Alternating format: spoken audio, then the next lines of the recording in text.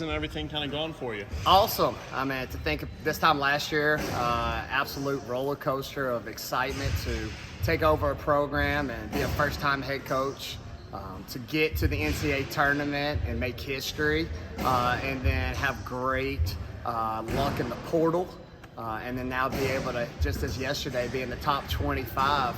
The vision is real, and we couldn't be more excited as we start the season.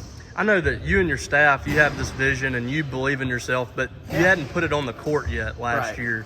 How does it feel like having put that on the court last year, getting the team to the NCAA tournament and showing people, hey, we got something that we're building here? Yeah, great question. No, it's awesome. Because I always tell people, I now, after being a year here in Mississippi, I feel the disrespect. I feel sometimes the love that we don't get on a national stage, and the recognition. So for the hard work, like my girls are here 30 minutes now, just putting in just countless hours behind the scenes, but most importantly to get recognized from the national media for the credit and the honors that they deserve, I couldn't be more happy for them. You mentioned the success that you had in the transfer portal. I mean, that's 3 big-time players that you brought in, all conference players. I mean, what are you kind of expecting them to contribute this year? Man, just excitement. I think they're going to run out of the gym, honestly. I know I will when we finally move in the hump. But they came here because women's basketball matters. There's an energy about this place that they unfortunately never got at their last school that they're getting at this school. So I think there's going to be an attitude of gratitude, but most importantly, thankfulness. And when they put on that jersey, man, they're going to give it their all, night in and night out. See, some of the players earlier too were just talking about their expectations of being able to make a deep run in the tournament. You talked about the top 25 recognition y'all got. I guess just how much is this team kind of embracing expectations as opposed to shying away from them? Yeah, we're embracing it because I always told them yesterday we celebrated top 25. I know I did. And then today, guess what? We're hunting for top 10, right? It's kind of the mindset of when they let us in the NCAA tournament. Thank goodness the selection committee looked at our body of work and valued us as a team that should be in there. And then I told them, all right, now that they put us in there, Now you got to prove why we deserve to be in there, and they did that. So for the same situation with the questions you're asking me now, you put us in the top 25, so now it's our responsibility, and let's hunt, let's eat, but then let's keep trying to climb up that ladder. I know you want to gather as much talent as you can for your roster and then just let the chips fall. Yeah. I mean, how is this group in particular coming together right now and establishing roles so far early? Yeah, they're doing a great job. The cool thing about this team, it's us like the mascot. We're dogs. We really are. We're absolutely getting after each other. We have an iron sharpens iron mentality where in women's basketball, we're allowed a practice team. But right now, we're doing more self-scrimmaging against each other because the competition is so good. So I'm excited, when the lights come on to put one product on the floor together. You're under your belt here, and then now obviously, you've got that experience, but also, I mean, these players, not only do they have a year also as well under you, but they got to play in the postseason together in the NCAA tournament. I mean, how valuable kind of was that experience, you think, like for you and them, and how can that kind of translate into this year? Yeah, it's huge because, again, it's confidence, right? We're obviously confident by the work we put in these 4 walls, but to get on the national stage on the bright lights of college basketball's best platform, which is March Madness, and to show up and shine, there's no doubt that's carried over into this year's off season, and take that energy as we go into this year. When you reflect on where y'all were, a year ago today, just how beneficial was it to have players like Kayla and Jess who kind of been at Mississippi State, understand things and help you through that transition? Huge. I hugged them the other day, all right? Seriously. Because I said, it was a huge moment. Again, this program has been there, all right? We were in there the 17, 18 years. We were at the highest points, but we had to drop off.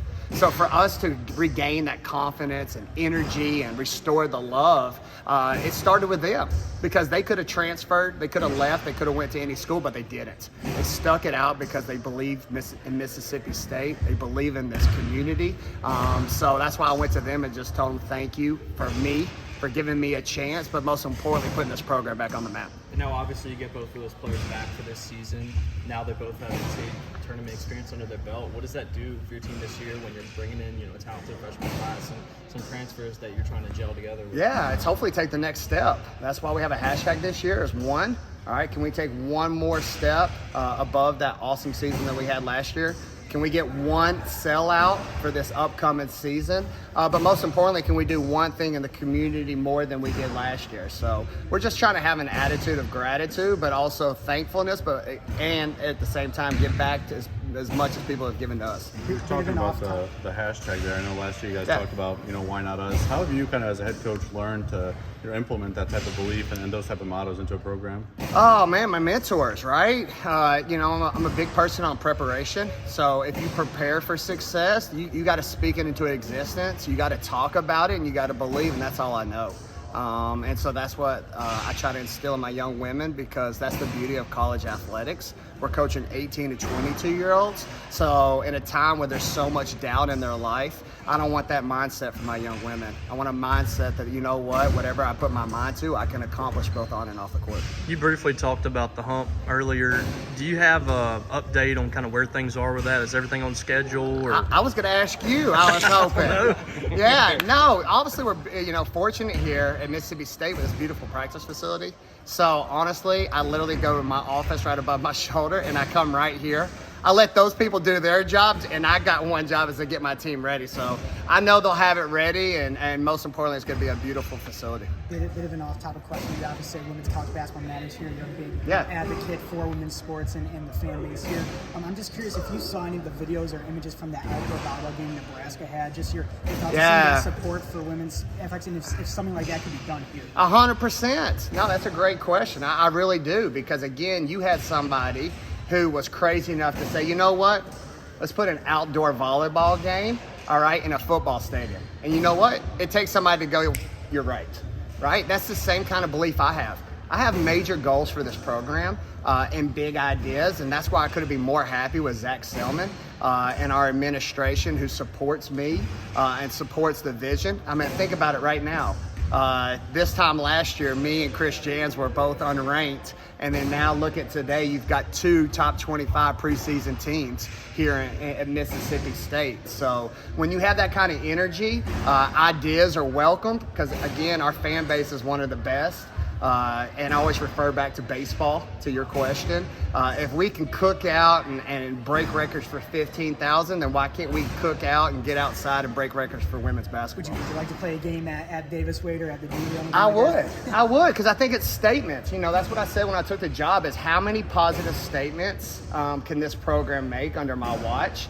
Yesterday was a huge statement for us to get back in the top 25, and that's another statement. If given the opportunity and platform, I would love to make it. Have you gotten a vibe about where, like, the excitement level from fans, whether it be ticket sales or whatever, in comparison to last year? Yeah, ticket numbers are already up. Social media, all right, that's what I love about our fan base. I can feel the love all year.